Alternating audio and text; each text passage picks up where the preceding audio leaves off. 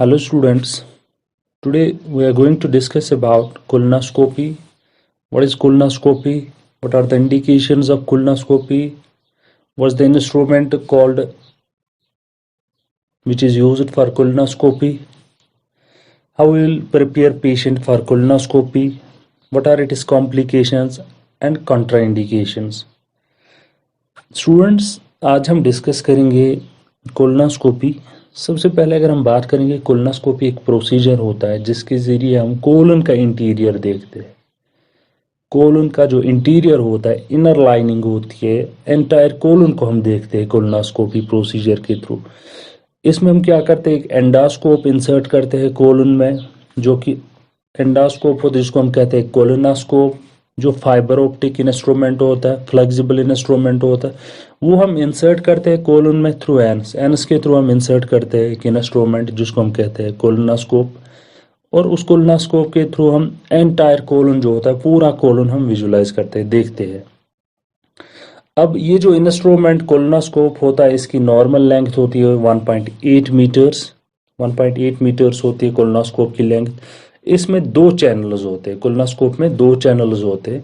एक होती है सक्शनिंग और इरिगेशन के लिए, जिसके ज़रिए हम सक्शन करते हैं अगर कुछ सिक्रीशंस होंगे, और इरिगेशन के लिए, वॉश आउट करने के लिए।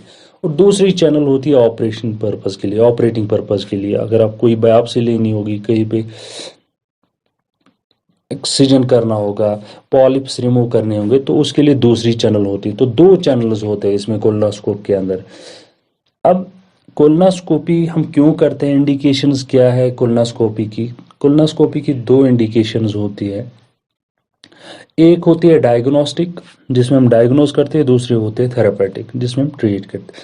डायग्नोस्टिक में अगर किसी पेशेंट को इन्फ्लेमेड टिश्यू होंगे, अल्सर्स होंगे, उनको डिटेक्ट करना, एबनॉर्मल ग्रोथ्स होंगे, उनको डिटेक्ट करना, या किसी पेशेंट में early signs of colorectal cancer detect करना।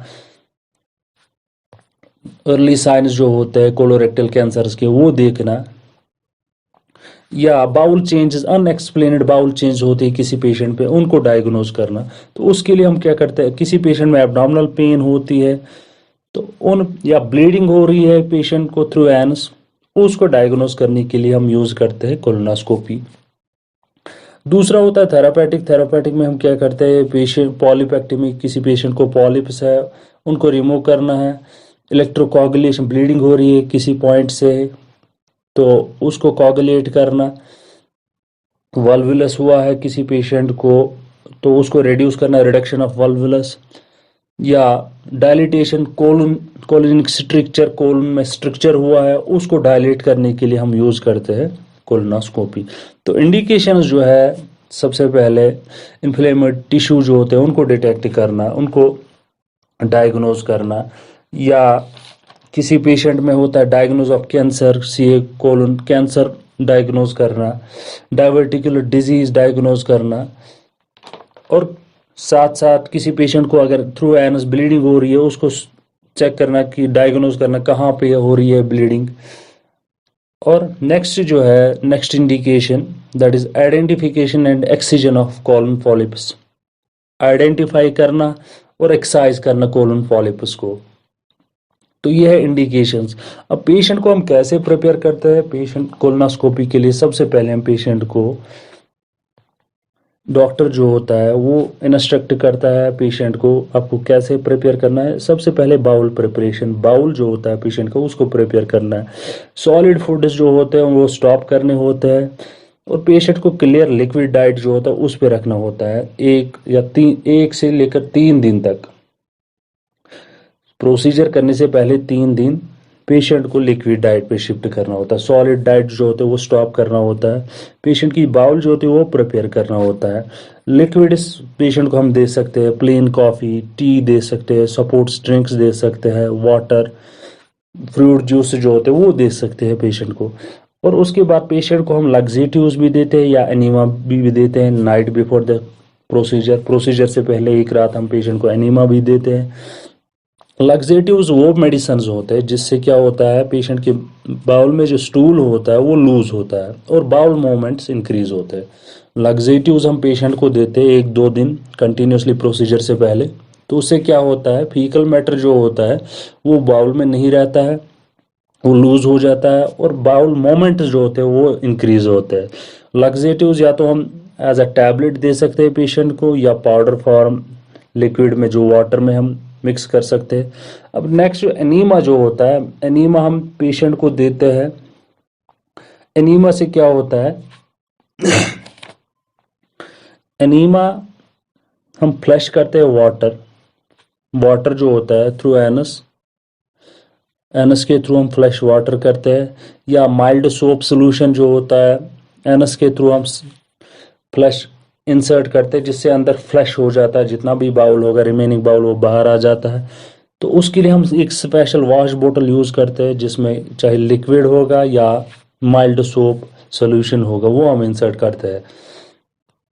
और पेशेंट को इसमें जो अगर पेशेंट कोई मेडिसिन ले रहा है उस चीज़ की इंफॉर्मेशन होनी चाहिए, पेशेंट को इन्फॉर्म करना चाहिए डॉक्टर को कि वो मेडिसिन रेगुलरली ले रहा है, लाइक कोई आर्थराइटिस मेडिसिन, ब्लड थिनर्स या एस्प्रिन ले रहा है, तो डायबिटिक मेडिसिन और कुछ मेडिसिन जो भी ले रहा होगा तो वो पेशेंट को डॉक्टर को बोलना चाहिए। प्रोसीजर स्टार्ट होने से पहले डॉक्टर को बोलना चाहिए। अब पेशेंट की जब प्रिपरेशन होगी, प्रिपरेशन पूरा पेशेंट को प्रिपेयर किया, पेशेंट को हम प्रोसीजर रूम में लेते हैं। तो पेशेंट को प्रोसीजर रूम में लेने के बाद हम पेशेंट को विदाउट एनेस्थीसिया भी ये प्रोसीजर कर सकते हैं, या माइल्ड सिडेशन भी यूज़ कर सकते हैं, माइल्ड सिडेशन भी यूज़ कर सकते हैं। तो माइल्ड सिडेशन में पेशेंट को ट्रैंक्विलाइजर्स भी दे सकते हैं। और अब पेशेंट को चाहे विदाउट एनेस्थीसिया करेंगे या विद माइल्ड सिडेशन करेंगे, पेशेंट को अब पोजीशन करनी होती है। पेशेंट को proper position, left lateral position में हम रखते हैं, पेशेंट को लेफ्ट साइड पे रहता है पेशेंट, एग्जामिनेशन टेबल जो होता है उस पे हम पेशेंट को रखते हैं। या पेन मेडिकेशन भी हम पेशेंट को माइल्ड सिडेशन के साथ भी यूज़ कर सकते हैं पेशेंट, ताकि पेशेंट रिलैक्सड रहे। अब जब पेशेंट को हम प्रॉपर पोजीशन देंगे तो उस टाइम वाइटल साइंस जो होते हैं वो पेशेंट के चेक करने होते हैं, कंटिन्यूसली मॉनिटर करने होते हैं, और पेशेंट को कंफर्टेबल फील करना चाहिए, पेशेंट को सपोर्ट करना चाहिए ताकि पेशेंट कंटिन्यूसली कंफर्टेबल फील रहे। अब जब भी आप पेशेंट को लेफ्ट लेटरल पोजीशन में रखोगे, हम क्या करते हैं, कोलोनोस्कोप के ऊपर हम ज़ाइलोकेन जेली जो होती है वो लगाते हैं। ज़ाइलोकेन जेली हम लगाते हैं कोलोनोस्कोप के ऊपर, और कोलोनोस्कोप हम इंसर्ट करते हैं through anus into the colon. Colon के अंदर हम करते हैं insert colonoscope through anus, anus के थ्रू, और पूरा कोलन जो होता है उसको हम एग्जामिन करते हैं, और एग्जामिन करते पूरा विजुलाइज करते हैं।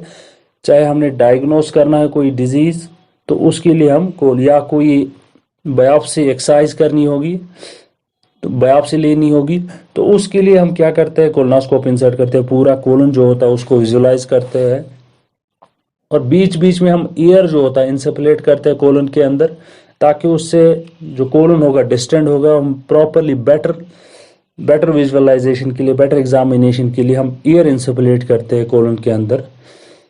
इंसपलेशन से क्या होता है, पेशेंट को लगेगा डिज़ायर ऑफ डेफिकेशन, तो वो चीज़ पहले ही पेशेंट को बोल के रखना होता है। असिस्टेंट जो होता है या जो डॉक्टर होगा वो पेशेंट को पहले ही बोल के रखेगा प्रोसीजर स्टार्ट होने से पहले। अगर हम गैस इंसपलेट करेंगे, एयर इंसपलेट करेंगे कोलन के अंदर, तो उससे आपको लगेगा डिज़ायर ऑफ डेफिकेशन, तो आपको डरने की ज़रूरत नहीं है, दैट इज़ बिकॉज ऑफ इंसपलेशन। तो ये चीज़ पहले ही पेशेंट को बोल के रखना होता है। अब एग्जामिन जब हम करेंगे, चाहे डायग्नोसिस करनी होगी या कोई थेरापेटिक कोई ट्रीटमेंट करना होगा, एक्सिजन करना होगा पॉलिपस का, वो चीज़ करने के बाद कोलोनोस्कोप जो होता है स्लोली हम रिमूव करते हैं कोलन से। अब कॉम्प्लिकेशंस जो होती है कोलोनोस्कोपी की, वो होती है परफोरेशन, बाउल परफोरेशन हो सकती है, हेमरेज हो सकती है, ये कुछ कॉम्प्लिकेशंस हेमरेज हो सकती है, और वैजोवैगल शॉक हो सकता है पेशेंट को। अब कॉन्ट्राइंडिकेशंस किस सूरत में हम पेशेंट को ये चीज़ नहीं कर सकते हैं, तो अगर पेशेंट की अल्सरेटिव कोलाइटिस होगा, एक्यूट डायबिटिकुलर डिजीज़ होगी, पेनफुल एनल कंडीशंस होंगे, एनल फिस्चर्स होंगे, ब्लीडिंग डिसऑर्डर्स होंगे, तो उन पेशेंट्स में हम कोलोनोस्कोपी नहीं कर सकते हैं। और कुछ कॉम्प्लिकेशंस होती है, अगर हम पॉलीपेक्टमी कर रहे हैं, पॉलिप्स रिमूव कर रहे हैं, तो इलेक्ट्रिकल बर्न हो सकती है ज्यूरिंग पॉलीपेक्टमी, परफोरेशन हो सकती है कोलन पे। तो ये कुछ कॉम्प्लिकेशंस होती है कोलोनोस्कोपी की। अब कोलोनोस्कोपी क्या होता है? कोलोनोस्कोपी एक प्रोसीजर होता है जिसके जरिए हम कोलन का इंटीरियर विजुअलाइज करते हैं बाय इंसर्टिंग एन एंडोस्कोप। एक एंडोस्कोप इंसर्ट करते हैं हम कोलन के अंदर, जिसके जरिए हम कोलन, पूरा कोलन जो होता है उसको देखते हैं। अब कोलोनोस्कोप जो कि एक फाइबर ऑप्टिक इंस्ट्रूमेंट होता है, फ्लेक्सिबल इंस्ट्रूमेंट होता है, इसकी लेंथ होती है 1.8 मीटर्स, जो कि हम यूज़ करते हैं कोलोनोस्कोपी पर्पज़ के लिए। इसमें दो चैनल्स होते हैं। एक चैनल ऑपरेटिंग चैनल होती है जिसके थ्रू हम इंस्ट्रूमेंट्स इंसर्ट करते हैं, चाहे हमें बायोप्सी लेनी होगी या पॉलिप्स को एक्साइज करना होगा। दूसरी चैनल जो होती है वो होती है सक्शनिंग पर्पज़ के लिए और इरिगेशन पर्पज़ के लिए। अब पेशेंट की इंडिकेशंस जो है क्यों हम करते हैं, डायग्नोज डायवर्टिकुलर डिजीज करने के लिए, अल्सरेटिव कोलाइटिस डायग्नोज करने के लिए, इन्फ्लेमेड टिश्यू अगर होगा उसको डायग्नोज करने के लिए, पेन होगी अनएक्सप्लेन्ड एब्डोमिनल पेन उसको डायग्नोज करने के लिए, पॉलिप्स एक्साइज या उनको डायग्नोज करने के लिए हम करते हैं कोलोनोस्कोपी। पर रेक्टल ब्लीडिंग हो रही है, फ्रेश ब्लीडिंग, उसको डायग्नोज करने के लिए, या ब्लीडिंग स्टॉप कॉटराइज करने, कोगुलेट करने के लिए हम कोलोनोस्कोपी करते हैं। अब कोलोनोस्कोपी के लिए हम पेशेंट को क्या करते हैं, प्रिपेयर करते हैं 1 to 3 days before the procedure. Patient को हम लिक्विड डाइट पे शिफ्ट करते हैं, सॉलिड डाइट जो होता है वो स्टॉप करते हैं। पेशेंट का जो बाउल होता है उसको प्रिपेयर करना होता है। और बाउल प्रिपरेशन में हम क्या करते हैं, साथ साथ लग्जेटिव्स भी देते हैं। लग्जेटिव्स में हम क्या करते हैं, लग्जेटिव्स मेडिसिन होते हैं जिससे क्या होता है, ये जो स्टूल होता है वो लूज होता है, बाउल के अंदर जो स्टूल होता है वो लूज होता है, बाउल मोमेंट्स इंक्रीज होता है। या पेशेंट को हम एनीमा देते हैं, एनीमा में हम फ्लैश वाटर करते हैं, या समटाइम्स माइल्ड सोप सोल्यूशन हम यूज करते हैं, जो कि हम एनस के थ्रू इंसर्ट करते हैं और फ्लैश करते हैं अंदर को। तो उससे क्या होता है, जो रिमेनिंग फीकल मैटर होता है वो बाहर आ जाता है बाउल के अंदर। इसके लिए हम स्पेशल वॉश बॉटल यूज़ करते हैं। लिक्विड डाइट में हम पेशेंट को plain coffee, plain tea, gelatin, sports drink, water, fruits दे सकते हैं। और पेशेंट को ये चीज़ भी इन्फॉर्म करना होता है डॉक्टर को कि वो कोई मेडिकेशन या ऑन मेडिकेशन मत है, कोई रेगुलर दवाई मत ले रहा है, वो उस चीज़ की इन्फॉर्मेशन डॉक्टर को देनी होती है। जब भी हम पेशेंट को प्रिपेयर करेंगे उसके बाद पेशेंट को हम प्रिपेयर करने के बाद प्रोसीजर रूम में शिफ्ट करते हैं। शिफ्ट करने के बाद जब पेशेंट को हम प्रोसीजर रूम में शिफ्ट करते हैं तो वहाँ पे हम पेशेंट को विदाउट एनेस्थीसिया प्रोसीजर करते हैं या with mild sedation and pain medications हम यूज़ कर सकते ताकि पेशेंट जो है वो कंफर्टेबल फील करेगा।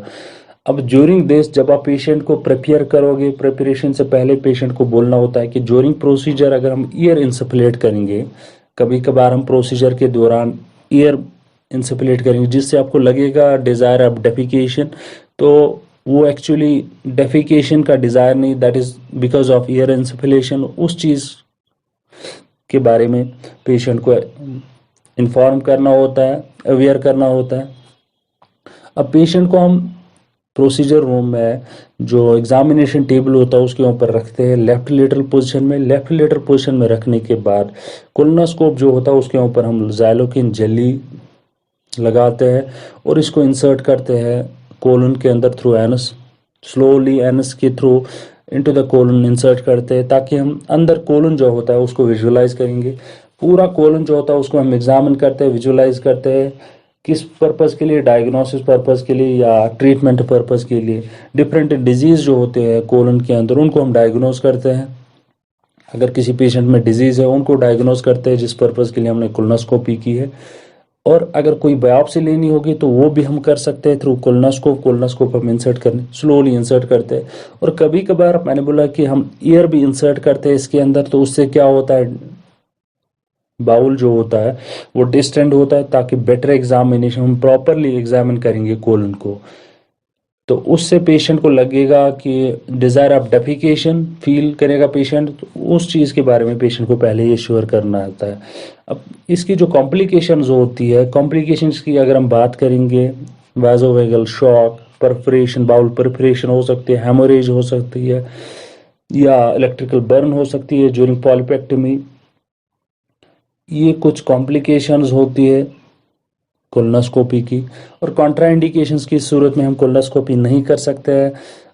एक्यूट अल्सरेटिव कोलाइटिस होगा, एक्यूट डायवर्टिकुलर कोलाइटिस होगा, पेनफुल एनल कंडीशंस होंगे, एनल फिशर्स होंगे, या पेशेंट में ब्लीडिंग डिसऑर्डर्स होंगे। तो उस सूरत में हम क्या करते हैं, उस सूरत में पेशेंट को हम कोलोनोस्कोपी नहीं कर सकते हैं। और patient during the procedure, before procedure also and during procedure, patient के जो वाइटल साइंस होते हैं वो कंटिन्यूसली हम मॉनिटर करते हैं। So this was about colonoscopy in brief. Hope you'll understand. Thank you.